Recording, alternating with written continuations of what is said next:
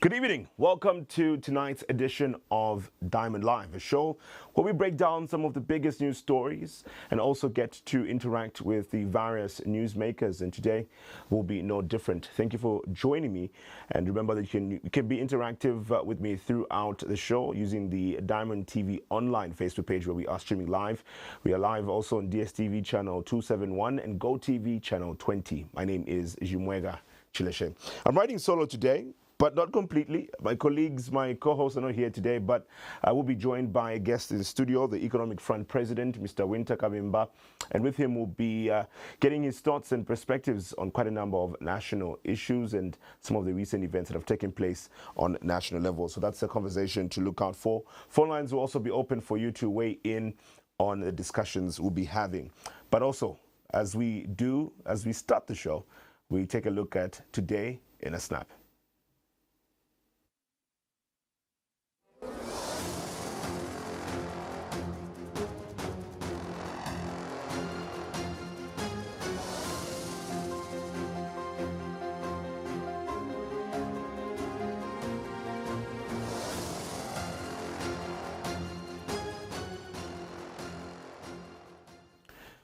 One of the big stories from today is on the death of 22-year-old Simfukwe, and police confirming that they have arrested 4 people.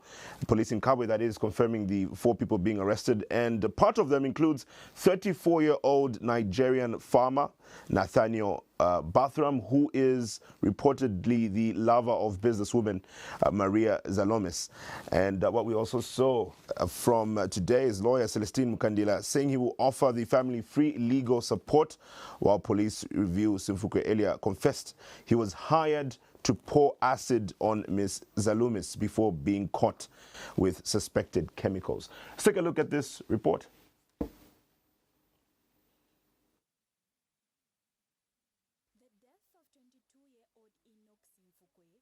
Beaten and tortured as displayed in a video circulating online in Kabwe has taken a new twist. Police have now arrested 4 people in connection with the case, among them 34-year-old Nathaniel Bathram, a Nigerian national and farmer, allegedly lover to businesswoman Maria Zaloumis. Others arrested are farm irrigators Gift Daka, age 23, Fortune Mutangeti, age 27, and farm manager Daniel Chiloa, aged 40. Central Province Deputy Police Commanding Officer Lemekani Chira says Simfukwe was attacked by a mob on the night of August 16, 2025 and died just a few hours later at Kabwe Central Hospital. He says a post-mortem examination conducted by Dr. Pavlo Lemontov has revealed that he died from blunt head injuries caused by a hard object. Meanwhile, Lusaka lawyer Celestine Mukandila says members of the Law Association of Zambia are willing to offer the family free legal support to make sure justice is served. An actual rule that we look at,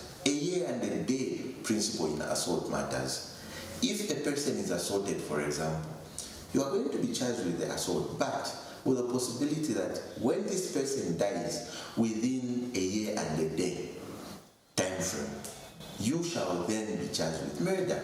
In this case, this case has attracted the attention of the Law Association of Zambia. As lawyers who are part of the Law Association of Zambia, we have offered ourselves to provide pro bono services to the family.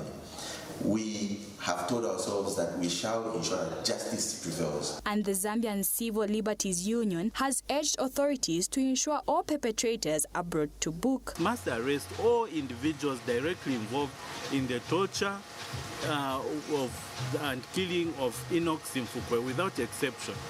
The fact that he died in police cells is immaterial to the thing. We've seen the process. He was tortured. He's on video. So for him to die the following day or the same day, obviously, I mean, the link is there. It's just straightforward. Unfortunately, this afternoon, the vehicle carrying Simfukwe's remains from the postmortem examination in Kabwe for burial in Lusaka was involved in a road traffic accident in Chibombo. The family is yet to announce the new burial date. Cherish Siwote for Diamond News. Definitely a sad day for the family of Simfukwe, who have to deal with this matter and the events that have led to where we are at today. But what we've also seen is a report that has been revealed and also been availed to the media. Social media has also gotten a hand of it. As we take a look at what the coroner's report has to say here, that's what it looks like, and different reactions really on this particular matter, and various sentiments that have come through. I know one of the major sentiments that has come through is involving the businesswoman, the farmer in this case, Maria Zaloumis.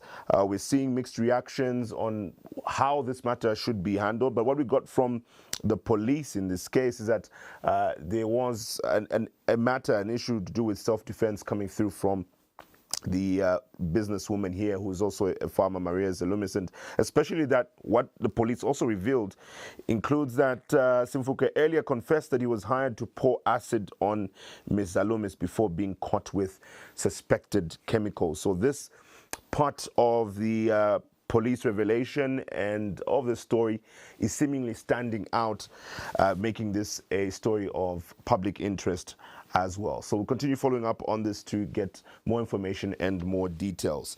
In more news stories from today, as we continue today in a snap, Zesco United have acknowledged the sanctioning by the Zambian Premier League following an administrative error that led to the club fielding ineligible players during their opening match of the 2025-2026 season against Konkola Blades FC, which happened on the 16th of August at the Levi Mwanawasa Stadium. So this was a statement that was released by Zesco United, just acknowledging that, and they say the lapse is a clear breach of set standards which their league managers, sponsors, fans and supporters expect of them. And effective immediately, the club has instituted remedial action and are implementing corrective measures to prevent any recurrence. And they have extended their sincerest apologies to their players, their dedicated supporters, their partners, and the Zambian Premier League, as well as the wider football community, and added that their commitment to the integrity of the game and to restoring faith in their operations is absolute. So that's signed by the Chief Executive Officer, Mr. Ponga Liwewe, just in reaction to that action that was taken by the Zambian Premier League. Also, quite a big story in as far as Zambian football is concerned from the sporting world today. Let's also get into another story which is focusing on artisanal and small-scale miners reacting to President Hijilema's speech.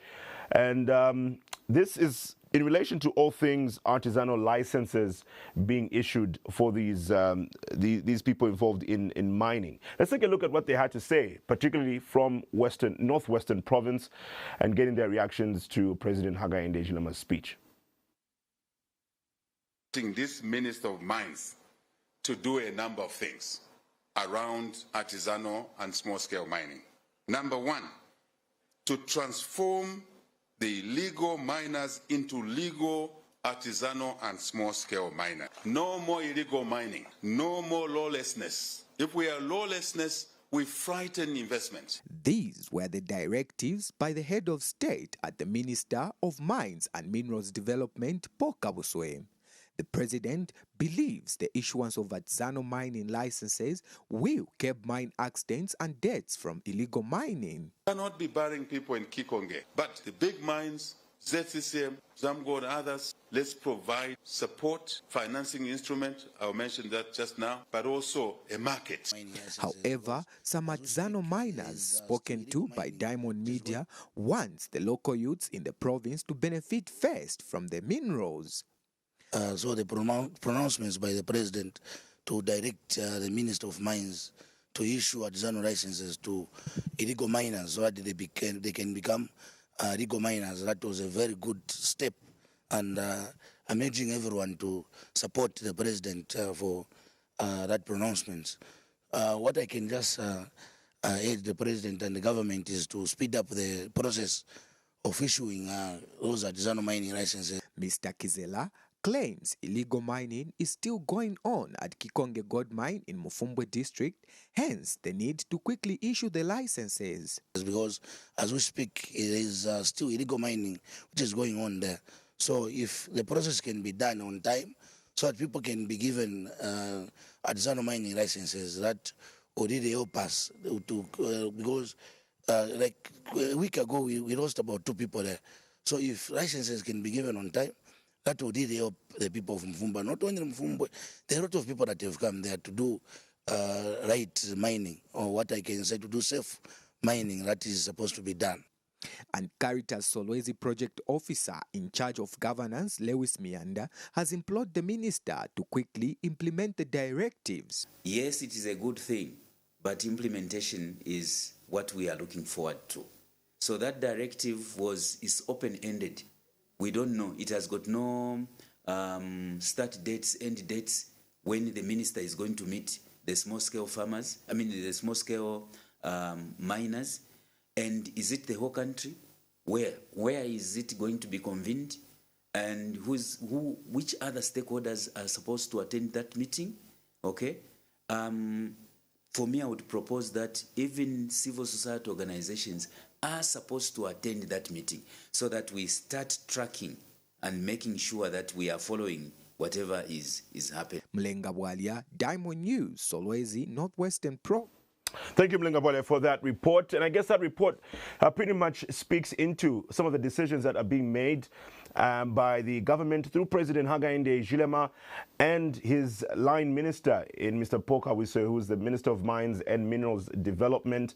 And this can be said and clearly seen from what has been happening in the recent past. Not so long ago, we saw the Mines and Minerals Development Minister, Mr. Paul Kabwe, in Mufumwe, where about 90 cooperatives were benefiting from what we should be seeing as the formalization of artisanal mining in Zambia, because they were given offer letters. So offer letters were being given to them, which subsequently meant that they also undergo safety trainings and they get a hang of it from a safe perspective, because that's another key aspect of mining. Safety should always be a priority. Even just for this S3 expansion project that we've seen at First Quantum Minerals, we see that this also remains a top priority, and quite the timely message also from the president coming at that time, where a milestone achievement, one of the largest investments we've seen in Zambia, especially in the recent past, from the private sector, within the mining sector to be precise here, which has been quite celebrated, and the president making this pronouncement, seeing that this has been a concern and people are hoping for the best. So what has happened in Mufumwe, people receiving those offer letters, and eventually their expectation of getting those licenses after having gone through those trainings, which are also getting to be supervised and overseen by ZCCMIH, as mentioned by the ministry itself. A lot is expected during this process in terms of transparency also and accountability during this particular time. But overall, what people want to see is the formalization of this, because we have a number of Zambians who get to benefit from these mining activities. But what the issue has been is that this needs to be done in a formalized way, in a legal way, as the president was saying.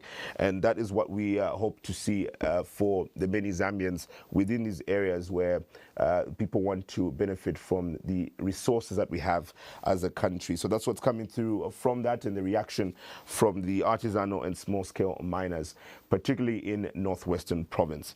We'll take a break, but after the break, we'll be joined by the Economic Front President, Mr. Wynter Kabimba, coming up next.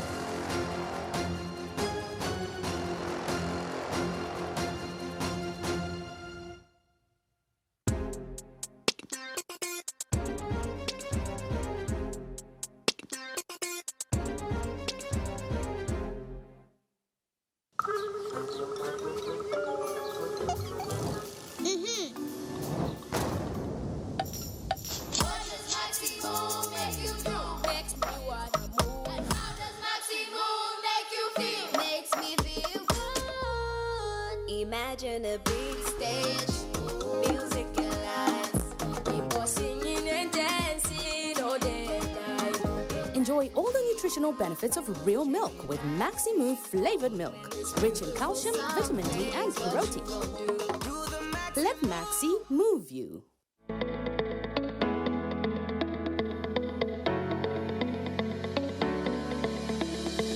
Are you thinking thinking of where to buy credible and secure land in Zambia? Makeni Heights is the place. We are situated about 15 kilometers south of Lusaka. We offer premium serviced plots in a gated community with all-weather roads, access to water, a sewer network and electricity. You can start building immediately you pay 30% of the plot price. Don't be left out. Call us today on 0977 771898 or 0957 944469, or better still, send us an email at makeniHeights@gmail.com. Visit our website at www.makeniHeights.com or come in person to plot number 88 off Makeni Road, Lusaka. Oh, what a bad day when everything is bright and golden. The sun is shining and the mighty morning. Without my family in that moment, that day would have been a bad day. Yeah, everyone's bad day is my bad day. But guess what? When my banja comes together, there are no bad days. When you are there, you bring the shine. Banja washing powder, the family detergent. Welcome to the world of casino games on 1xBet. High stakes, even higher rewards. Are you ready to win? Casino games on 1xBet. Play big, win bigger. Milk.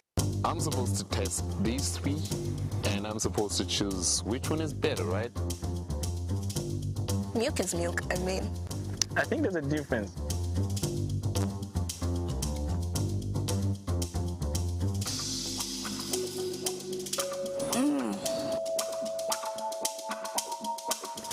I think E ni best. I'll go with blue. I love this one. This is my favorite. It's sweet. It's satisfying, I should say. Makes my throat relax. More richer. This is how milk is supposed to taste. That's excellent. I don't even know the name, but I love it. Wow, I didn't know it. Twin cows. No wonder. Twin cows. Twin cows. Wow, the packaging is so nice, eh? Double the cows, double the taste. Twin cows. Yummy. Twin Cows full cream long life milk. Taste the difference. Trade Kings, improving lives. Uni Turtle Industries is the king of awards. No. Turtle Awards is all about making you the king, the queen, the winner, the champion, with trophies, cups, medals, shields, figurines, all down to quality and perfection just for you. We also produce excellent foundation stones, signage, date stamps, and company seals. For your organization, event, tournament, team, lounge, contest, competition, graduation, and all sorts of awards and championships, get in touch with us on 0211-847175 or WhatsApp 09755795558. Email info@uniturtle.com. Visit the website www.uniturtle.com. Turtle Awards, a way of appreciation by Uni Turtle Industries.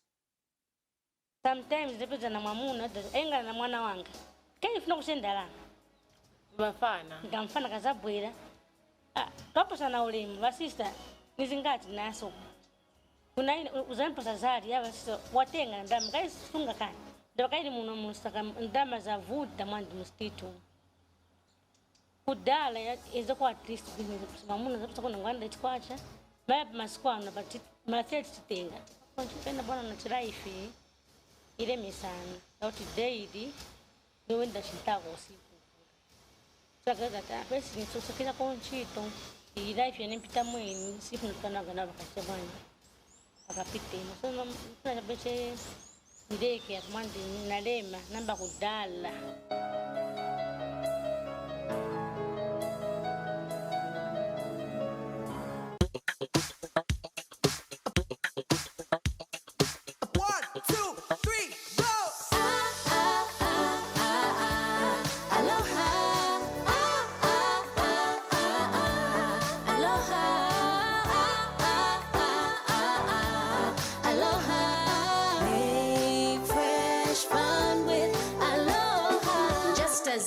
1, 2, 3, and all my clothes are squeaky clean. Quick to remove the dirt and stains, and the fresh fragrance remains. Never seen nothing like it, that's exactly why I like it. So whether color white or black, it brings a new right back.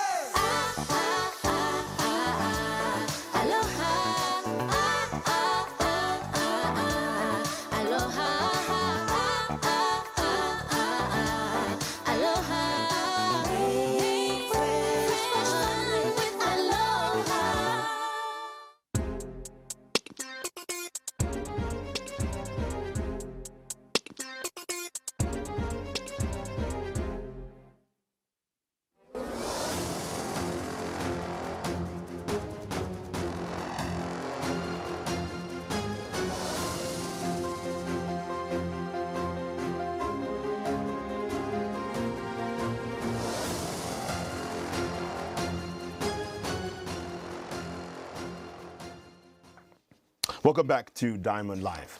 Now, 8 days ago, which was last week Tuesday, marked 4 years since majority of voters in 2021 voted for President Hakainde Hichilema to be the Republican president of Zambia. This happened on the 12th of August, 2021 to be precise.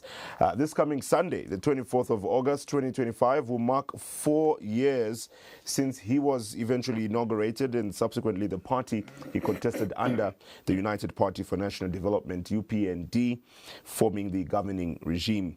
In the spirit of checks and balances, this evening we'll be reviewing some of the recent events that have taken place with Economic Front President, Mr. Wynter Kabimba. Good evening. Welcome to Diamond Live. Good evening, good evening, viewers. Let's start off with your reflections of the 12th of August, 2021. What can you vividly remember about that date, that particular date and the period shortly after? Oh, well, what I do remember is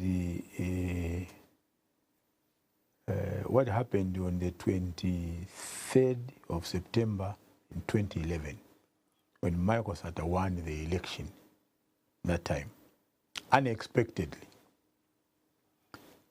That's what happened on that day when the results were announced, in my view, that UPND had won.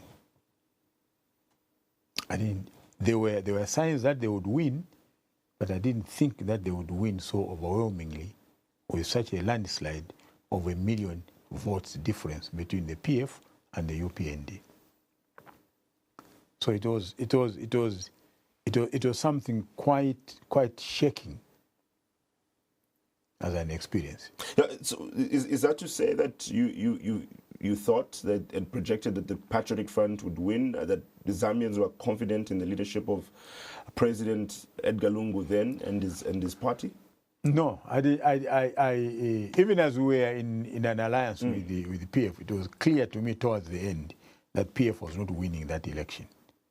What really came as a surprise to me was a margin of 1 million votes. That's what came as a surprise to me. That people so overwhelmingly turned their backs on PF and threw PF out with such a large number of votes. That was surprising. What were some of the signs and indications that made you or convinced you that the Patriotic Front would win the 2021 elections? There were events. There were apocalyptic events, would be the word in English, that really were showing that PF was committing suicide. Not that people didn't want, but PF itself as an organization was actually committing suicide. It was on a suicidal path. It was in a free-fall kind of environment. It looked like nobody was in charge in PF. It looked like everybody was in charge in PF. So you didn't know who to turn to put things in order. I remember, I don't know if I've mentioned this on Diamond TV, in April of that year, having a meeting with ECL at Nkwazi House in the evening, like now. And I said to him, the future doesn't look very good for PF in this coming election. And I said to him, let me tell you what I see as the fronts that are in your way. What are the headwinds in your way? And I listed them. I said, the first thing, I don't know if you know this, I said the donors want you out. They may not accept it, they may not agree, but that was the truth. It was very clear that the donors wanted a regime change. And I remember his answer to me was, yes, Mana, that is true, but I'm talking to them. In fact, he said, I'm talking to someone. Why do you think they wanted him out? They were sick and tired, like everybody else, of the indiscipline that PF had cultivated. Okay? I think that's what alienated many Zambians from PF. I said to ECL, people have not turned their backs on PF. You have actually alienated people from yourselves because of the systemic indiscipline which you have failed to control yourself as head of state. And I said, this is the problem. The other problem I mentioned to him was the image of corruption. There are two things, Chileche, that Zambians hate. And UPND must hear this. Zambians hate political violence. Zambians hate corruption. So once a political party wears the logo of corruption and it becomes indelibly stuck in the ordinary person, whether rightly or wrongly, whether properly or improperly, just know that you are gone. You'll be lucky to make them change their minds to vote for you. Two things. And PF was guilty of both. PF was guilty of both. Okay? Indiscipline within the party, political violence, and the stigma of corruption. And every time people raise their voice about this, ECL seemed to ignore it. So the people said, okay, we shall wait.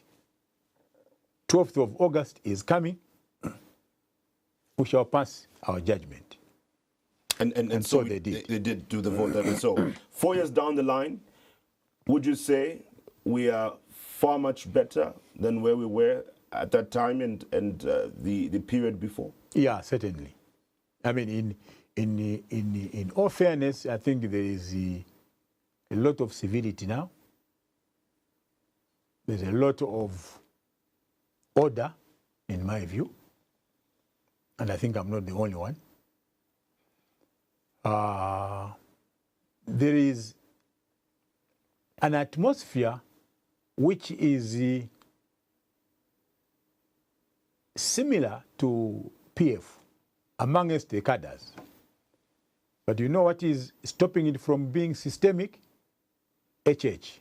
I think everybody realizes HH is orderly, is for discipline. And this is a contrast with the ECL. Everybody knew that ECL did not care much about the indiscipline. Okay? He allowed it to thrive. What I see in UPND now is that the fellows are scared of HH. And that's what is saving UPND. Otherwise, it would have collapsed in the same way by now, the same way that PF collapsed. In comparison to some of the aspirations that Zambians have had economically, do you think these aspirations have been met 4 years down the line? Yes and no. Yes, if you are a middle-class person, educated, you follow the arguments from, or submissions from Simfukwe Musokotwani, the Honorable Minister of Finance, you are able to understand the basic economics from the president, the way he tries to explain issues, then you are likely to have sympathy for UPND. know if you are in Kalingalinga, you are in the village in Ishwangandu, you are in Chivolia, because your life has not changed in any way in the last 4 years. So you have two groups of people. Unfortunately for the government is that the second group is in the majority. Unfortunately for the government is that the second group is the one that gets up at 4 a.m. to go and queue up to vote one way or the other. So it really depends on which side of the aisle you are. If you understand things the way I would understand them, that yes, UPND has restructured, the debt, mountain of debt that, they inherited from PF, and you understand that the restructuring of the debt means that you are saving a bit of resources and direct those resources into the social sectors of the economy, that you understand that the kwacha at 28 is now at 23. If you understand those issues, then kudos, to UPND. For those that don't understand those issues, these 4 years has gone away without making a mark in their lives. But how true is this when some of the records that the UPND point to in the last 4 years, they name quite a number. They name policies such as the free education policy that has seen a number of children that could not make it to school, being in the classroom and attaining that education. They make reference to Constituency Development Fund, which is what they say was a promise fulfilled, $1 million over now, in fact, in the various constituencies, which also creates certain opportunities for people to go to school, tertiary education, attaining certain skills, but also even just the opportunity for people to be employed by the government through civil service, thereby people having an income that will be able to benefit themselves and the families that they belong to. So they give these are some of the examples that will have an impact in people's lives within the community. Isn't that also those from the low income earning backgrounds benefiting as well? Well, if you look at all those indices that you have listed, they really do not go to change the lives of the ordinary person, the dispossessed of our society, those who live on the fringes of the economy of this society. And let's just try to interrogate them one by one. I have right here in the studio or outside in the next room one of my boys that is working with me now. Very nice boy, very humble boy. But he can't complete a sentence in English. He's grade 12. So I asked him one day, what is the problem? Are you a grade 12? He said, yes, sir. So what is the problem? Why don't you have confidence in speaking, the English language? His answer? I was in a class of 150. Free education. I was in a class, sir, of 150. And the teacher just told us, sorry, guys, there is no way I can get to reach each one of you. Muzazi onera. Okay, so I have a practical example. I used to hear this from a distance. I have a practical example of, a young man like that. I've had to persuade him to go and register at our school and see if he could just get his English language right. Because the boy is good, he's disciplined, he's interested in what he's doing, but he has a handicap of English because he was in this class of 150 pupils. That's what they call free education. So it is free education in terms of quantity, but not free education in terms of quality. Okay? Let's get to what was your next one? Those issues of employment. Employment. Let's get to employment. Okay? When you advertise that you want to employ 35,000 health workers, And in that group, you're talking about drivers, nurses, cleaners, doctors. And you get an overwhelming number of applicants in the range of 150,000. Then you know that you are sitting on a volcano of unemployment. And that component of 35,000 people can surely not be a success story. Can't be a success story. The UPND promised that they said when they employed those, they said this is just the beginning. Okay? We didn't hear bigger numbers than 35,000. So, the statistics themselves, the numbers themselves, are screaming in your face that something is drastically wrong with this economy in terms of its delivery to the majority of the people. And many of them are the ordinary people that are not even looking for a job because they don't qualify to get a job. And some of them, even if they wanted a job as a driver, they can't get it because there are thousands and thousands of drivers that are qualified. So the only way they can get it if they have if they have a connection.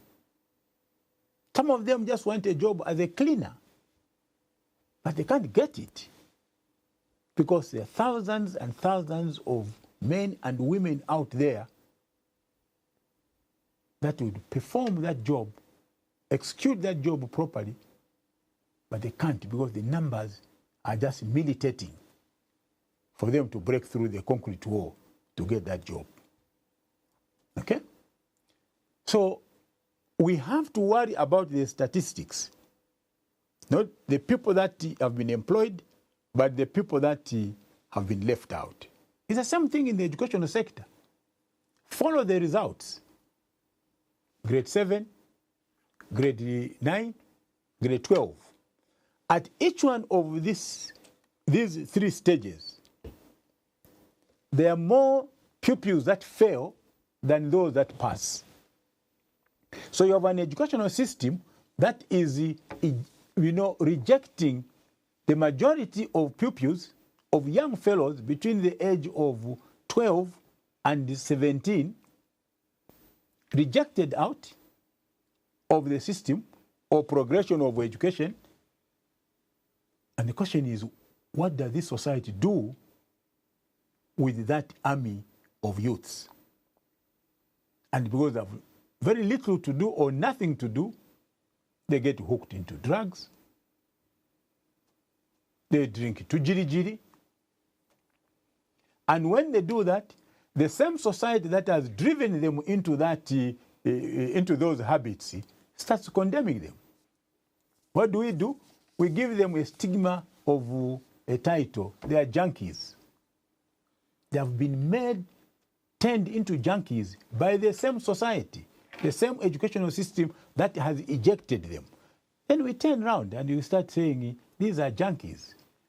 We even make it worse because a junkie means the tail end of the life of a human being, So they are out. But it's still on the issue of employment. The other argument that comes through from the government is that it's not just directly from the civil service where the government gets to make some of these announcements, but it's also from creating an economic environment that will also enable those within the private sector to make some of these employment opportunities. For example, yesterday and today, the conversations have still been around First Quantum Minerals, having the S3 expansion. And what we're getting from that is just during the construction period, about 1,800 jobs were being created. And with the lifeline also being extended into about the 2040 or so, about 800 permanent jobs will also be provided there.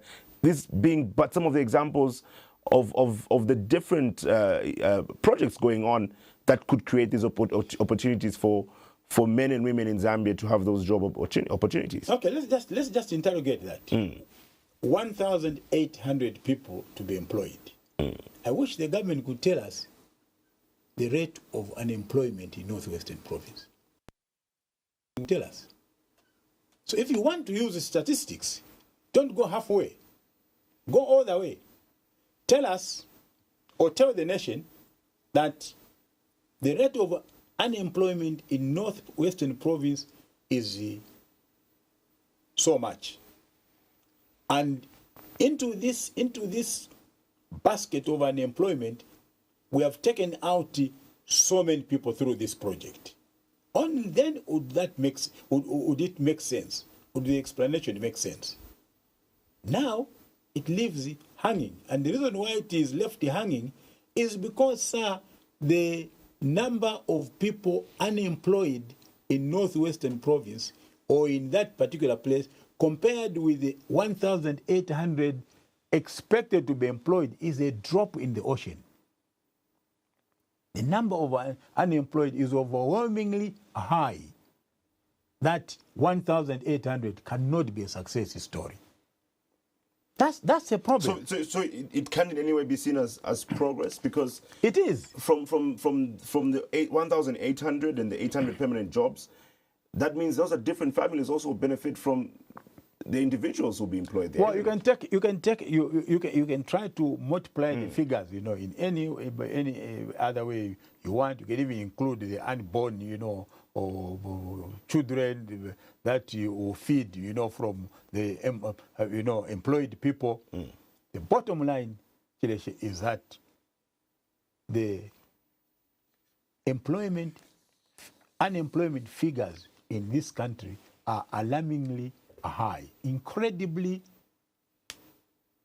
high, to the extent that the country is sitting on a time bomb, especially with regard to the youths. And I want to go back to this, if you go to, to our prisons, they call them correction facilities. I never call them correction facilities. They're still prisons. There's nothing correctional about those institutions. They are still prisons. You go there for punishment. You don't go there to be corrected, to be rehabilitated, so that when you come out, you're a better citizen for this society. But isn't that the essence of punishment? That people will learn a lesson from what they did wrong, and and after the punishment, they expect it to be better people? Exactly. But you know what? We've been told now, no, don't call them prisons. It's a very bad terminology. They have stopped calling them prisons in the West. So change also and call them correctional facilities. What it means is,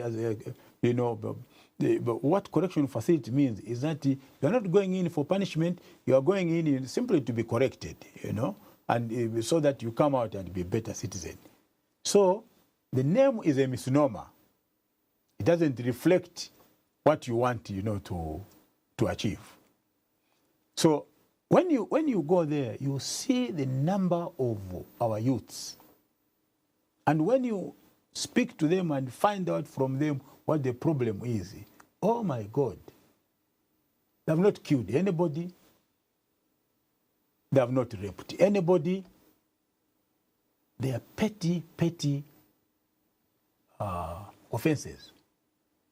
Most of them really arising out of their status as unemployed. They didn't go beyond grade 7.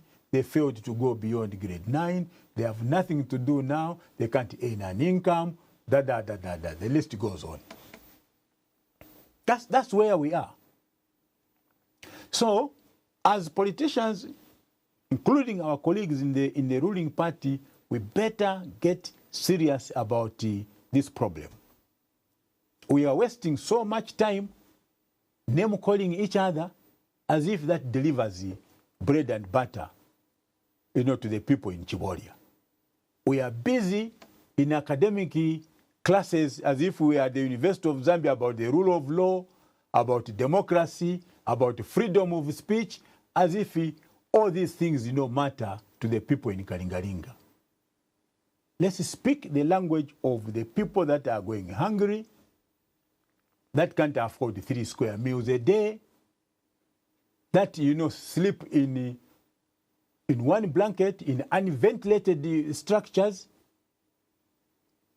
the poor that the other day I was on Airport Road and I see this bicycle in front of me. I couldn't see the human being. It was all pieces of firewood.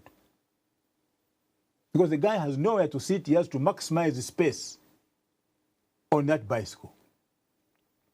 And I said to my driver, this guy, in fact, it was my driver who said to me, I said, this guy is from Kasisi. He must have woken up at about 04 for him to be here around this time. You see them when you are going to the airport. And that guy, that is his livelihood. He doesn't even expect to improve beyond that. What is the government? The ministers drive on that road and go to the airport every other day. They did during MMD, they did during Chiluba, they did during Michael Sata's PF, they did during the time of ECL, they are doing it now under HH. Who has ever raised a voice about these people? You're quite clear about where we're at now compared to where we were 4 years ago. And you look at the democratic space politically, and you say that there's been an improvement.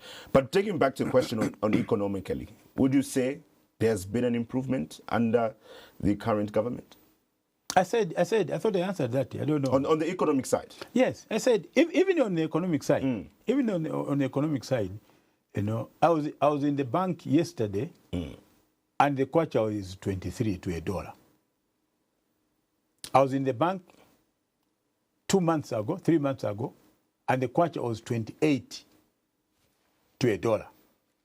So for me, under the analogy of how people understand the economics is what you're saying. Yes. So for me, I walked out of the bank smiling.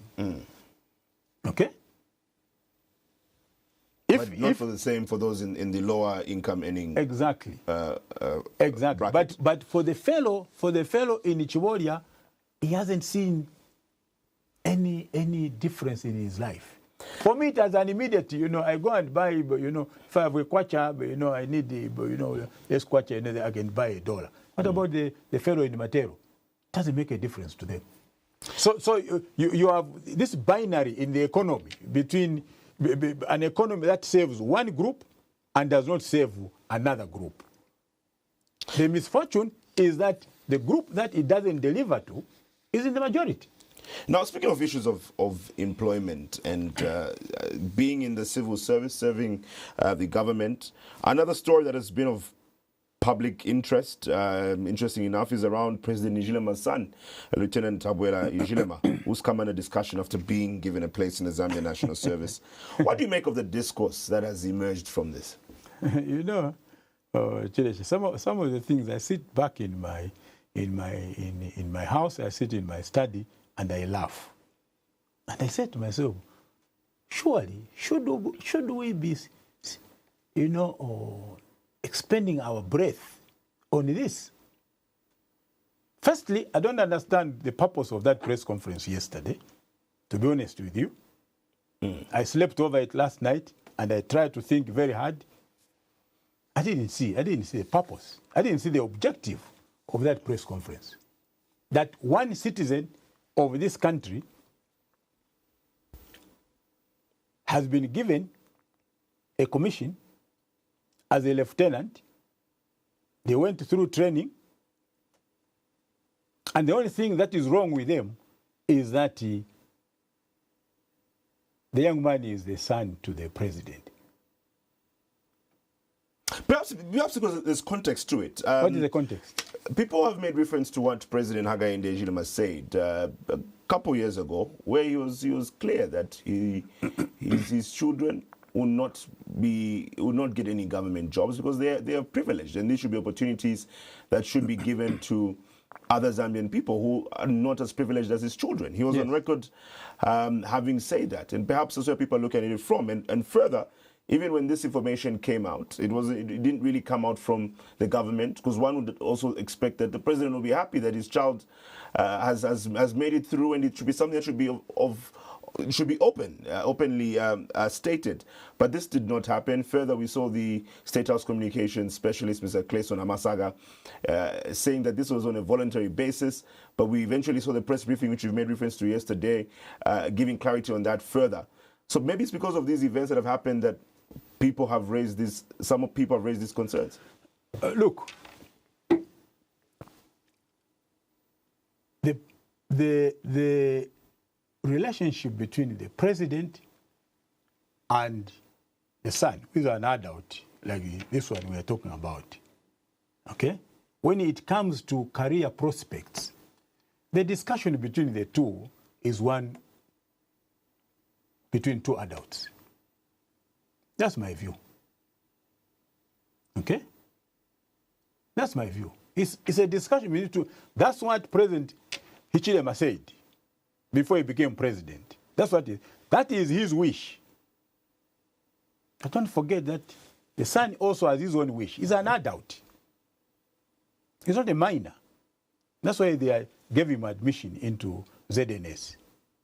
They didn't have to consult the president. And further, the decision could actually have come from the president because, again, after he made that statement, not so long after, he was making reference again to the Zambia National Service, yes, and talking about how it's an important process for one to go through in terms of creating discipline, character development, and saying that him and his wife made a resolution that they'll take their children for this particular process, which was contrary to what he had said earlier. And I think for some people, the conversation has been the president's statements and him backtracking on some of the things that he says. Well, I think he contextualized it, in my view, and even just going by what you are saying. Yes. Okay? I miss ZNS myself. I'm sad that ZNS was discontinued because I saw how it contributed to the shaping of your character. At the time when you risk being a delinquent, okay? So it controlled your temptation to slide into delinquency. So I think coming from that background, we're not talking about employment. We are talking about the young man going through that so that he could get some military discipline to contribute to the development of his character. That's different from saying he needs the job and he needs the money. Surely, I'm sure he doesn't need. He can get that money from his family business or from his dad. But in terms of discipline, it is good for him. I was at Chimweka Zambia National Service Camp with Kaweche Kaunda. Okay? We ate from the same pot. He went in as the Kaweche Kaunda. We went through the same drill, same training. So I didn't see what was there, to explain and even to suggest that they had to push the young man into ZNS under some pseudonym. I mean, I just couldn't. And up to now, I don't understand it. Okay? Panji Kaunda, whom they brought yesterday to try to justify, the conversation, went into the army as Panji Kaunda.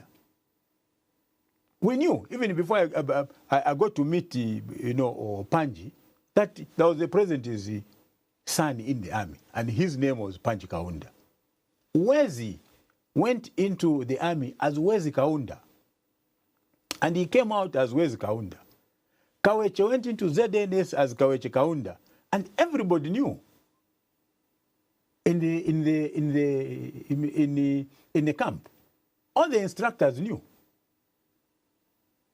But I didn't see any preferential statement, preferential treatment that was accorded to him.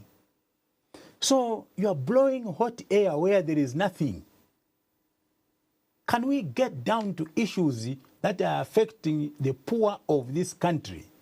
And that is running up to today. It was news yesterday, it was news before I came this evening. What is wrong with us, Zambians? Don't we have enough on our plate to seriously move this country forward? Why do we try to pander to the president? Leave him to think and do the work for this country. Okay? I think we are going in the wrong direction. No, I mean, one person who's definitely served as Republican president and was mandated to do the work for the Zambian people is Zambia's 6th Republican president. And you speak on issues of that seemingly take up the focus for this country. And to be honest, close to 3 months now, the barrio of Zambia's 6th Republican president still is a topic of discussion. As of today, Two Mountains Barrio Services, the morgue keeping former President Edgar Lungu's remains, has written to the attorneys in the Lungu Barrio case, raising concern over the prolonged storage of the late former president's body. So in the 11th August letter, the company says that while the body remains well preserved with no visible signs of deterioration, extended storage increases the risk of damage at any time, and they urge parties to finalize the matter quickly to protect the dignity of the deceased. Do you see this happening, considering the events that have taken place, the matter going to court and eventually being reaching a point where there's a lot of uncertainty as to when we'll get a conclusion to this matter? Look, the contents of that letter, which you've just referred to, don't matter as far as the court is concerned. Okay? The parties are before the court of law. They're trying to get their rights adjudicated upon. And courts are not established to deal with moral issues, emotional issues, and feelings of individuals or parties. They're established to deal and resolve legal issues. So whether or not the body risks going bad in the morgue, it's no business of the court, for as long as parties are before the court. So what is the way forward? Parties that are before the court must step back and say, what are we trying to achieve? Okay? And the way I've thought about it myself is that there are 3 parties to this. There is the Lungu family, there is the state, there is also the public in between. Okay? So there is public interest involved. There is public expectation involved. And this public interest and public expectation is not siding with any one of the 2 parties. And ECL having been head of state, the public is concerned. So when you hear submissions from people that, you know, he went to South Africa as a private citizen, he was admitted to the hospital as a private citizen, he died as a private citizen, that is totally misleading. There's no time when ECL became a private citizen. No time. After he lost the election, he didn't become a private citizen. Even after he lost his benefits, he didn't become a private citizen. Because of that prefix of former head of state. So you can't disengage him in any argument or situation that now you are dealing with the ECL as a private person, and here you are dealing with him as a former head of state. Perhaps the context of being a private citizen is that he was not exactly under the care of the Zambian government. Couldn't that be the case? He was. And this is the problem. I had made a statement, if you remember, after that incident in Kabwe, where Iseo was in an office with the bishop or the priest in Kabwe, and then 2 police officers stormed into that office. Okay? After that incident, I made a statement. I said, you know, UPND has to be very careful in how they handle this guy after, you know, this pronouncement that he has made. Because the man is still an asset of the people of Zambia. He could be kidnapped for the decisions that he made while he was president by any foreign element. Because his decisions were not just for or against Zambians. He could be killed because of the decisions that he made when he was head of state. Okay? And because of that, I said that it is wrong to withdraw security from ACL. Now, the fact that that is wrong does not make him a private citizen. It's just a wrong committed by another party. So when we are discussing these things, we must contextualize them. You know, this business of pandering, you know, to the public, because the majority are saying, you know, this, and they're saying there's an argument, you know, from my brother John Sangwa, saying that there is no law in this country that says that you know, you must accord the president, former president, in this case, a state funeral. Yes, there's no act of parliament, but there's a policy secular. And in administrative law, policy secular of government is law. That's what it is. So if I died today, there's a policy secular that says because I was the former, because I was the Minister of Justice, I'm entitled to a state funeral. That's what the secular says. And that secular is law, administratively. It binds everybody who is in government now and in the future. So the discourse around these issues must be directed in the correct direction. Doesn't matter what you know. The people out there are looking up to us that are educated, that you know, whom they think are privileged to understand things, and we should help them. We don't seem to help them at times. Before I let you go, what has also emerged even from these conversations, especially after the Attorney General was featured on the state broadcast to discuss this particular issue, and how there's been the argument of there's no particular law that also talks about, you know, where the former president should be buried and so on. There's been a lot of discussions around that. But what also emerged is the residents of President Hakainde Hichilema and many bringing up the issue of if they are saying out of public interest that he should be buried here in Zambia, then it should also be out of public interest that the Republican president is living at State House, at Nkwazi House. What are your comments on this discussion? The president is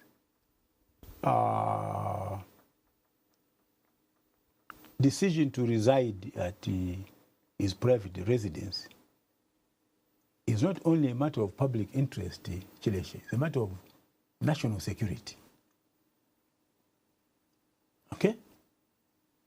It is a matter of national security. Because State House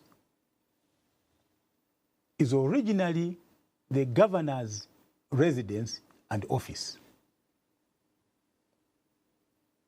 Sir Evelyn Horn, who was the last governor of Northern Rhodesia, lived in that building.